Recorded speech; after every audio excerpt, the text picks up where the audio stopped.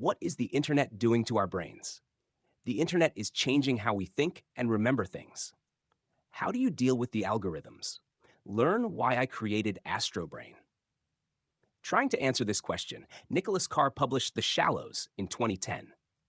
An essay, which I highly recommend, that builds on the ideas of his earlier work, is Google Making Us Stupid? In it, he examined how the internet is altering the way we consume and process information.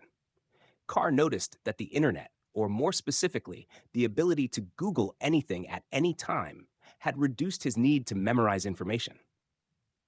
Then he wondered what effects this might have on our brains. After analyzing how different technologies have changed the way we humans process and interact with information throughout history, from the written word to the printing press and even the typewriter, Carr highlighted how these shifts have not only transformed the medium, but also the nature of human thought itself.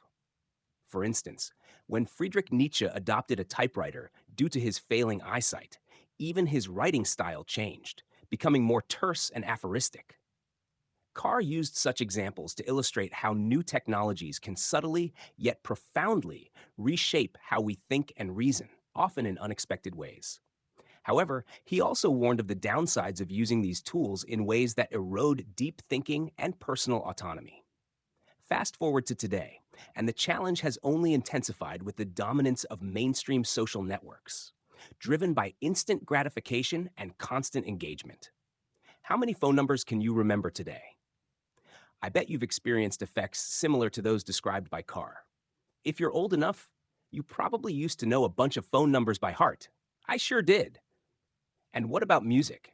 Do you still listen to albums the way we did before the Web 2.0 era? Can you remember the names of artists or the lyrics of songs you discovered in the last year? We need time to learn how to use new tools. Although Carr's conclusions are more of a hypothesis than something based on hard evidence, his observations feel highly relatable. I believe it's only a matter of time before best practices emerge for how we should use search engines, social networks, and other digital tools in a way that enhances our understanding rather than diminishing our attention span or derailing our own train of thought with algorithmic suggestions.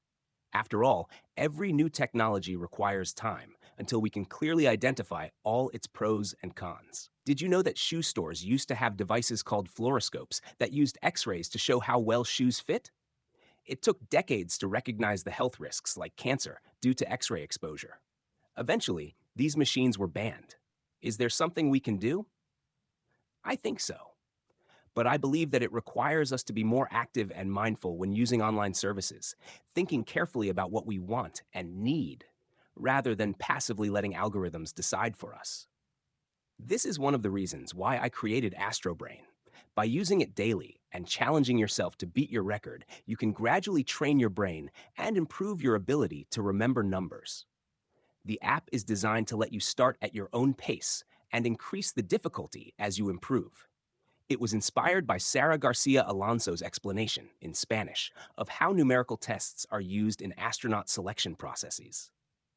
Additionally, returning to the topic of music, you can also maintain a folder on Spotify or any streaming service you prefer with albums that hold meaning for you, playing them more often than algorithm-curated playlists, just like we used to with stereos.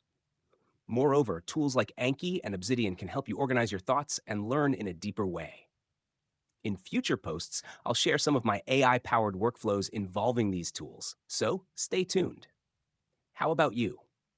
What do you do to stay in control, train your brain, and avoid being swept away by algorithms? I'd love to hear your thoughts.